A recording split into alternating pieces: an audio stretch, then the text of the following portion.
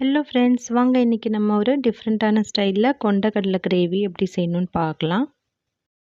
கருப்பு கொண்டக்கடலையில் மோஸ்ட்லி நம்ம கடலைக்கறி இந்த மாதிரி ரெசிபீஸ் தான் ட்ரை பண்ணியிருப்போம். ஒரு தடவை இந்த மாதிரி ட்ரை பண்ணி பாருங்கள். ரொம்ப ஈஸியாக குக்கர்லேயே செஞ்சு முடிச்சிடலாம். வாங்க எப்படி செய்யணுங்கிறது பார்க்கலாம்.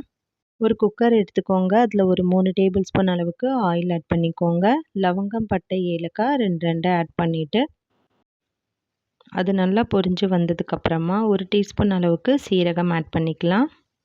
சீரகம் நல்லா பொரிஞ்சதுக்கப்புறமா நம்ம ஒரு டீஸ்பூன் அளவுக்கு காஷ்மீரி ரெட் சில்லி இதில் ஆட் பண்ணிக்கலாம் கலருக்காக. மிளகாய்த்தூள் ஆட் பண்ணும்போது கண்டிப்பாக லோ ஃப்ளேமில் வச்சுக்கோங்க. 2 வெங்காயம் 2 தக்காளி நல்லா ஃபைன் பேஸ்ட்டாக அரைச்சி இதில் ஆட் பண்ணிவிட்டு நல்லா மிக்ஸ் பண்ணி விட்டுக்கலாம்.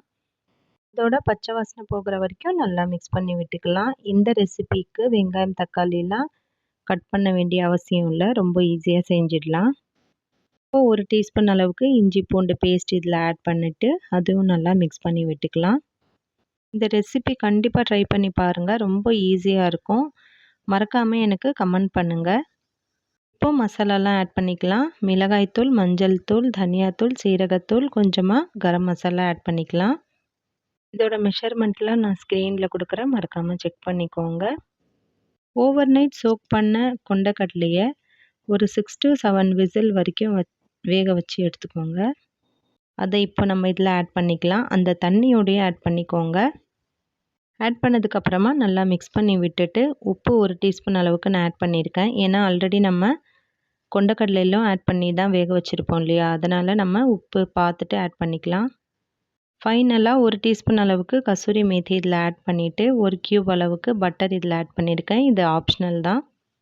எல்லாமே சேர்த்துட்டு நல்லா மிக்ஸ் பண்ணி விட்டுட்டு உப்பு காரம்லாம் செக் பண்ணிக்கோங்க. ஒரு மூடி போட்டு மூடி 2 விசில் ஹை ஃப்ளேமில் வச்சு குக் பண்ணி எடுத்திங்கன்னா நம்மளோட ரெசிபி ரெடி ஆகிடும்.